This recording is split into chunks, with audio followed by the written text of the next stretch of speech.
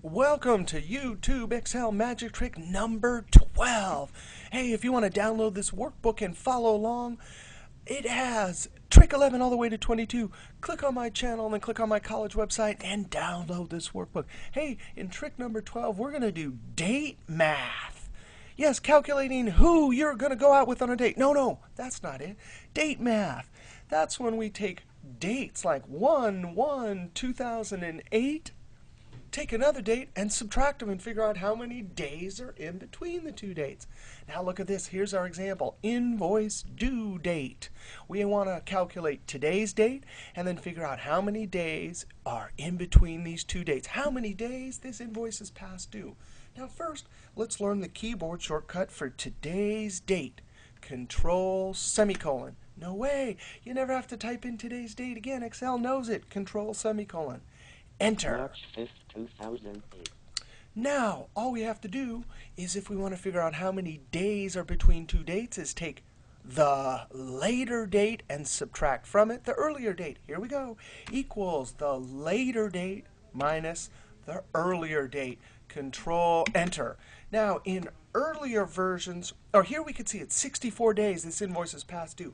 In earlier versions of Excel, you would get, when you put that formula in, you would see a date format like that. Now the question is, when you do that for the first time, you're like, what? 3/4/1900? That's not it.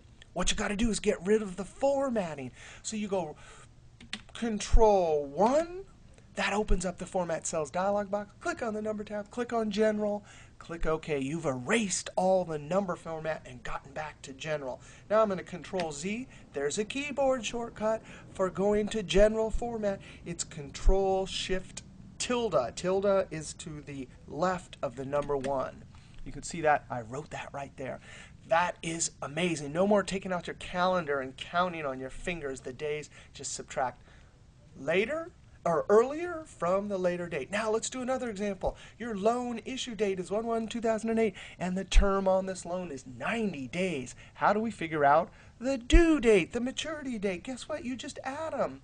Equals this plus this. No way. You can take a date and add a number and boom, there it is. 90 days after 1/1/2008, 3/31/2008.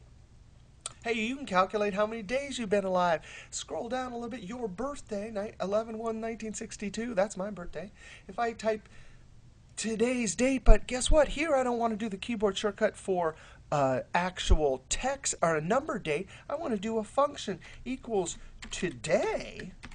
Look at that. You put equals today with two parentheses like that. That's called an argumentless function. That thing, every single time when I Control Enter, every single time I come back, that formula will tell me what today's date is. That way, when I open it up tomorrow, I'll see 3/6/2008. Now, how many days have I been alive? Equals the later date minus the earlier date. Enter. 16,561 days I've been alive. Now, how many years have I been alive? Equals those number of days divided by 365.25. Oh yeah, the 0.25 is leap year.